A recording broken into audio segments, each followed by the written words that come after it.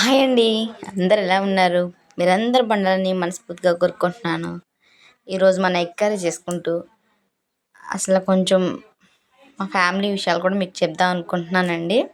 మన యూట్యూబ్ ఫ్యామిలీకి అసలు మా పెళ్ళి ఎట్లా అయింది, మేమిద్దరం ఎట్లా కలిసాం అనేది చెప్దాం అనుకుంటున్నా ఈ వీడియోలో.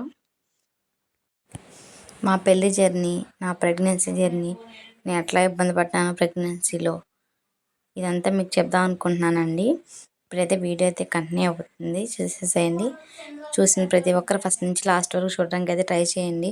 చిన్న లైక్ అయితే కొట్టేసేయండి. కొత్త వాళ్ళు ఎవరైనా చూసినట్లయితే ప్లీజ్ చిన్న లైక్ కొట్టి సబ్స్క్రైబ్ చేసేసుకోండి.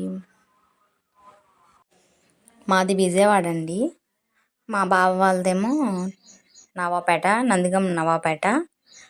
మేము విజయవాడ ఉండి అసలు వేలకి మాకు ఎట్లా కలిసిందా ఏంటో నీకు చెప్పేస్తాను మీకు ఇప్పుడు.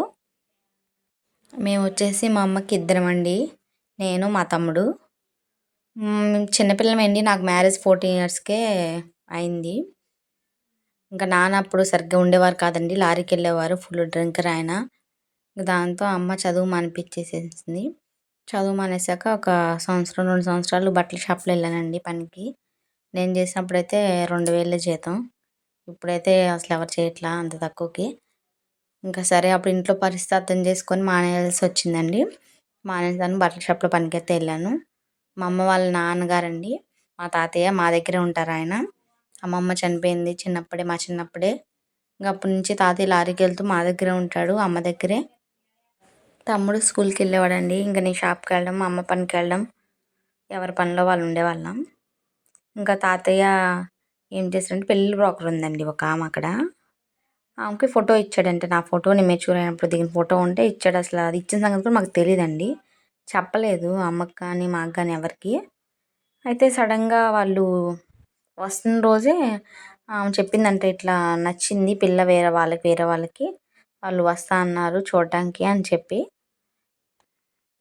ఇంకా తాతయ్య వచ్చి అమ్మ దగ్గర చెప్పారు, ఇట్లా సంగతి అమ్మ, మంచి సంబంధం వస్తున్నారు పెళ్ళికి అని చెప్పి. అదేంటి నాన్న ఒక మాట కూడా చెప్పలేదంటే, చెప్పలేదమ్మా, ఫోటో ఇచ్చా మామూలు కుదరదా అన్నట్టు. కానీ పిల్ల బాగుండడం వల్ల ఎమ్మటనే నచ్చిందని వాళ్ళు వస్తామంటున్నారు చూడడానికి అని చెప్పి. అంటే మరి ఇప్పుడే ఎట్లా, దానికి చిన్న వయసేగా నాన్న అంటే, ఏం పర్లేదులే అమ్మా, నువ్వు ఇబ్బంది పడుతున్నావుగా, కట్నం అవన్నీ వద్దంటున్నారు వాళ్ళు, పిల్ల ఫోటోలో చూసే నచ్చి అని కట్నం అవన్నీ వద్దన్నారంట అండి మా మావయ్య వాళ్ళు, మాకు పిల్ల నచ్చిందని చెప్పి. ఇంకా మనం ఎక్కడి నుంచి కట్నం తెచ్చైతే ఏం చేయలేదమ్మా, మంచి సంబంధం అని చెప్పి ఇంకా అమ్మని కూడా ఒప్పించాడు నాన్న, వాళ్ళు అదే తాతయ్య రాకముందే. ఇంకా అమ్మ ఒప్పుకుంది. ఇంక ఇట్లా సంగతి నా దగ్గరికి వచ్చి చెప్పిందండి. నాకైతే ఇష్టం లేదమ్మా ఇప్పుడే చేసుకోవడం, నా వయసు అంత చిన్నదాన్ని కదా, మిమ్మల్ని వదిలేసి వెళ్ళడం ఇష్టం లేదని చెప్పాను.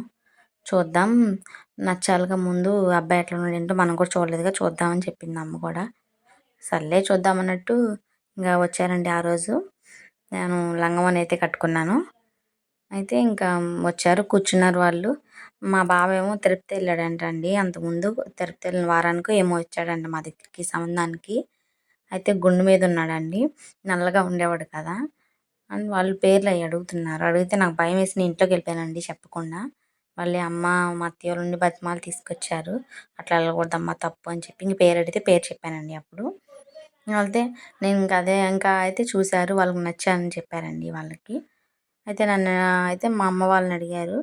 అమ్మ వాళ్ళు ఏంటంటే 2 రోజులు టైం ఇవ్వండి మాకు అని చెప్పారు అమ్మ వాళ్ళు. చెప్పి సరే ఆలోచించుకోండి మేము వెళ్తున్నామని చెప్పి ఇంకెళ్ళారండి వాళ్ళైతే ఇంటికి. వెళ్ళాక ఇంకా అట్లా ఒక వారం ఉంది. ఈ వారం రోజుల్లో కూడా ఇంకా నన్ను అడిగారు అమ్మ వాళ్ళు.